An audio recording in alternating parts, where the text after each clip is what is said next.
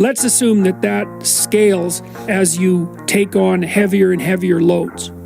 That more and more of you get more and more informed because you're doing more and more difficult things, but more and more of you gets unlocked.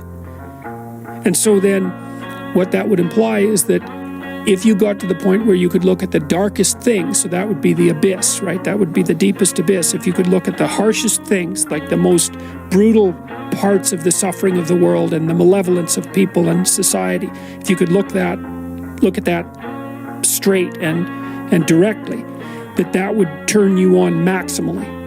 And so that's the idea of rescuing your father, because imagine that you're like the potential composite of all the ancestral wisdom that's locked inside of you biologically.